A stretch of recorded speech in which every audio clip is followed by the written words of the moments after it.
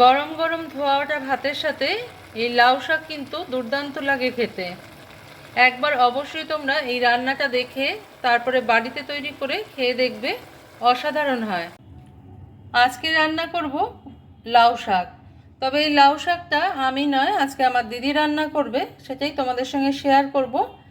আর দেখো, লাউ শাক কেটে গুছিয়ে নিয়েছি। লাউ শাক পাতাগুলো একদিকে রেখেছি, আর এখানে রেখেছি ডাঁটাগুলো। আর এই লাউ শাকের মধ্যে আমি যে তরকারিটা দেবো সম্পূর্ণ নিরামিষ হবে, সেই জন্য দেখো এখানে বেগুন, আলু আর শিম কেটে নিয়েছি। শীতকালে একবার লাউ শাক এইভাবে রান্না করে খেয়ে দেখবে, খেতে কিন্তু অসাধারণ হয়। সব কিছু ধুয়ে পরিষ্কার করে নিয়েছি। একটা কড়াই গরম করে নিয়েছে, এবার দিয়ে দিচ্ছে এর মধ্যে সর্ষের তেল। যেহেতু সম্পূর্ণ বাঙালি রান্না, সেহেতু রান্নাটা কিন্তু সর্ষের তেলেই করতে হবে। সামান্য একটু সর্ষের তেল দিয়ে নিলাম। সর্ষের তেলটা গরম হয়ে যাওয়া পর্যন্ত অপেক্ষা করব। Welcome to my cooking channel Shatabdi's kitchen. Shatabdi's কিচেনে তোমাদের সবাইকে স্বাগত। নমস্কার বন্ধুরা, আমি শতাব্দী। তোমরা সবাই কেমন আছো? আশা করি সবাই ভালো আছো, সবাই সুস্থ আছো। আজকের রান্নাটা আমার দিদি করছে, আর এটাই তোমাদের সঙ্গে শেয়ার করছি। এর আগেও একবার পুনর্নবা শাকের রেসিপি দিদির রান্না করা তোমাদের সঙ্গে শেয়ার করেছিলাম, তোমরা খুব ভালোবেসেছিলে ওই রান্নাটা। আজকে দিদির তৈরি লাউ শাক তোমাদের সঙ্গে শেয়ার করব।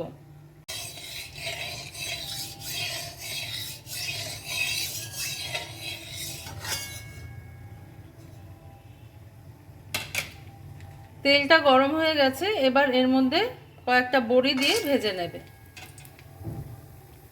লাউ শাকে বড়ি দিলে খুব ভালো লাগে খেতে।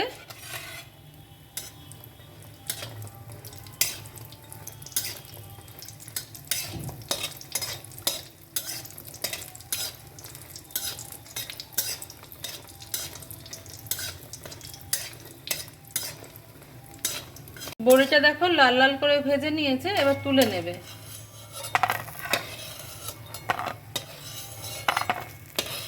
ফোড়নে দিয়ে দিচ্ছে কালো জিরে আর কয়েকটা চিড়ে রাখা কাঁচা লঙ্কা।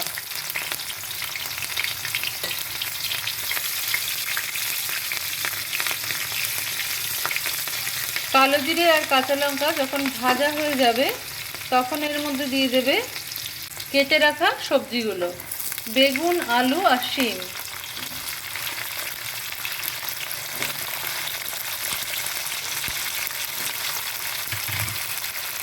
এবার সবজিগুলো ভালো করে ভেজে নেবে।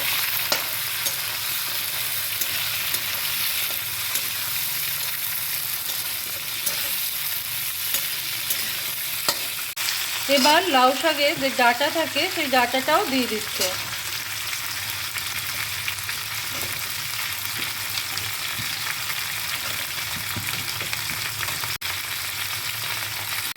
ডাঁটাটা দিয়েও একটু ভালো করে নেড়ে চেড়ে নেবে।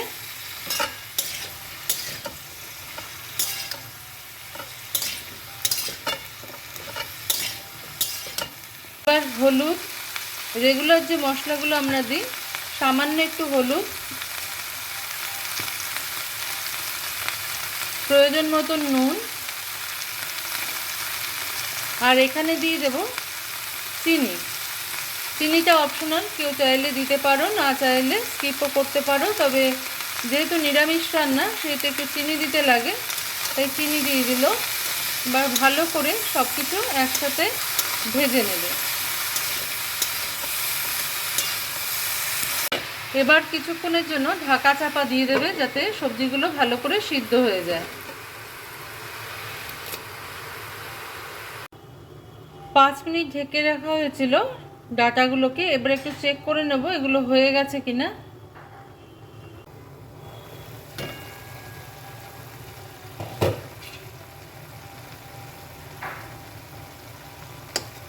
দেখো আলুটা সিদ্ধ হয়ে গেছে, ডাঁটাগুলো কিন্তু সিদ্ধ হয়ে গেছে। এখানে কিন্তু এক্সট্রা কোনো জল দেওয়া হবে না, শাক থেকে যে জল বেরোবে তাতেই কিন্তু শাকটা রান্না হয়ে যাবে। এবার ধুয়ে রাখা শাকগুলো দিদি যোগ করে দিচ্ছে। দেখো, লাউ পাতাগুলো আর কি।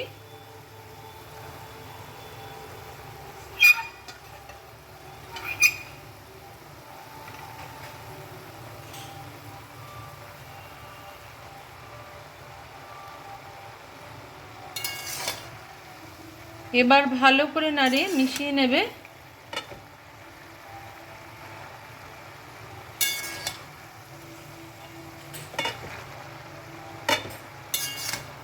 শাকটা যতটা দেখাচ্ছে রান্না হওয়ার পর কিন্তু এটা অনেকটাই কমে যাবে, তোমরা সবাই জানো।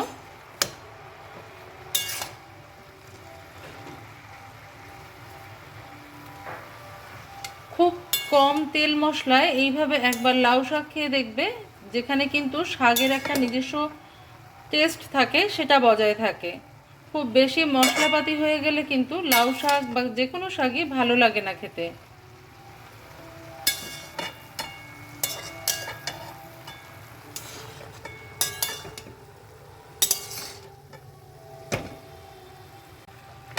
দেখো নাড়তে নাড়তেই শাকটা কিন্তু অনেকটা কমে গেছে।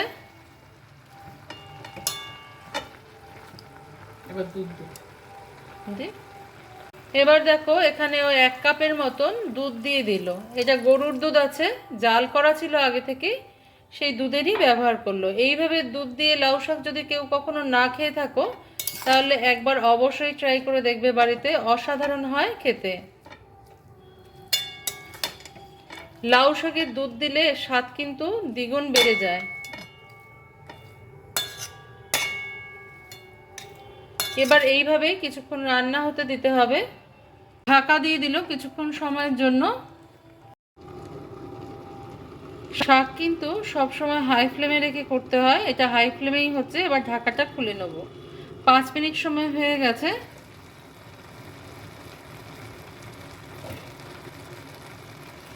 এবার দিয়ে দিতে হবে ভেজে রাখা বড়িগুলো, দিদি গুঁড়ো করে রেখেছিল সেটা দিয়ে দিল। আর দিয়ে দেবে পর্যাপ্ত পরিমাণে ধনেপাতা। এইভাবে দুধ দিয়ে লাউ শাক যদি কেউ না খেয়ে থাকো, একবার এরকম সবজি দিয়ে, শীতকালীন সবজি শিম দিয়ে, বেগুন দিয়ে, আলু দিয়ে, বড়ি দিয়ে, ধনেপাতা দিয়ে আর দুধ দিয়ে লাউ শাক রান্না করে খেয়ে দেখবে, অসাধারণ হয় খেতে। শাকটা তৈরি হয়ে গেছে। দেখো লাউ শাক একটু ঝোলঝোলে থাকলে খেতে ভালো লাগে। এই শাকটা তাই এই রকম অবস্থাতেই কিন্তু হয়ে গেছে। আজকের রেসিপিটা যদি তোমাদের ভালো লেগে থাকে, লাইক, শেয়ার, কমেন্ট, সাবস্ক্রাইব করার অনুরোধ রইল তোমাদের কাছে। আজকে তাহলে এই পর্যন্তই বন্ধুরা, দেখা হচ্ছে পরের দিন অন্য কোনো রেসিপি নিয়ে তোমাদের সঙ্গে। তোমরা সবাই ভালো থেকো, সুস্থ থেকো।